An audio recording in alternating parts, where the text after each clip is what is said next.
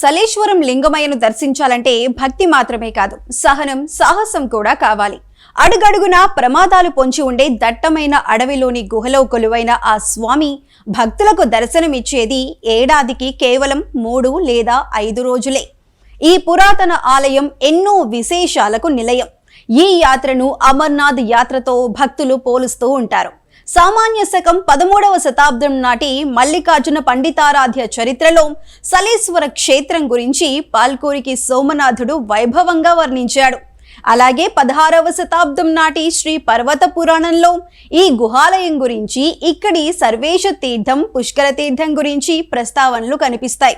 సామాన్య శకం 300-750 విష్ణు కుండినిలు చాళుక్యుల కాలంలో జరిగిన నిర్మాణాలు ఈ ఆలయంలో ఉన్నాయి. ఏడాదిలో కొద్ది రోజులు మాత్రమే తెరిచి ఉండటం ఈ ఆలయం ప్రత్యేకత.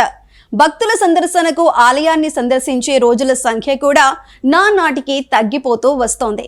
1990వ దశకం వరకు 11 రోజుల పాటు దీన్ని తెరిచి ఉంచేవారు. తరువాత భద్రత తదితర కారణాల వల్ల 7 రోజులకు, 5 రోజులకు, చివరకు 3 రోజులకు కుదించారు.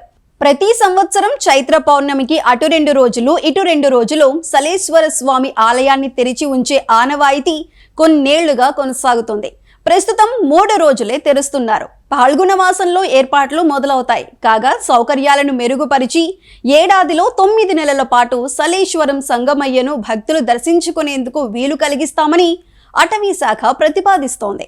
దీనికి ఆదివాసీ సంఘాల నుంచి వ్యతిరేకత వ్యక్తమవుతోంది. తెలంగాణలోని నాగర్ కర్నూలు జిల్లా ఆమ్రాబాద్ టైగర్ రిజర్వ్ పరిధిలోని నల్లమల్ల లోతట్టు అభయారణ్యంలో జనావాసాలకు దాదాపు 25 కిలోమీటర్ల దూరంలో ఉన్న ఈ ఆలయాన్ని చేరుకోవాలంటే దట్టమైన కీకారణ్యంలో ప్రయాణం సాగించవలసి ఉంటుంది. సుమారు 5 కిలోమీటర్లు కాలినడకన వెళ్లాల్సి ఉంటుంది. మోకాళ్ల కురువ వైపు రాళ్లు తేలి ఉన్న కొండలను దిగాల్సి ఉంటుంది. హైదరాబాద్ శ్రీశైలం మార్గంలో, ఫరహాబాద్ నుంచి అటవీ మార్గంలో 32 కిలోమీటర్ల దూరంలో ఈ క్షేత్రం ఉంటుంది. రాంపూర్ పెంట నుంచి కొద్ది దూరంలో వాహనాలు ఆపి నడిచి వెళ్ళాలి. ఇక లింగాల నుంచి అప్పాయిపల్లి మీదుగా గిరిజన గుడారాల వరకు వాహనాల్లో వెళ్ళొచ్చు. అక్కడి నుంచి 15 కిలోమీటర్ల దూరంలో సలేశ్వరం ఆలయం ఉంటుంది. దారిలో ఎన్నో గుహలు, జలధారలు కనిపిస్తాయి. నీటి ప్రవాహం వెంబడి 2 గుట్టల మధ్య ఇరుకైన దారిలో నడవాల్సి ఉంటుంది. అజాగ్రత్తగా ఉంటే అపాయం తప్పదు. ఏటా చైత్ర పౌర్ణమికి ఉత్సవాలకు తెలుగు రాష్ట్రాల నుంచే కాకుండా మహారాష్ట్ర, ఛత్తీస్గఢ్, కర్ణాటక తదితర రాష్ట్రాల నుంచి కూడా భక్తులు లక్షల సంఖ్యలో తరలి వస్తారు.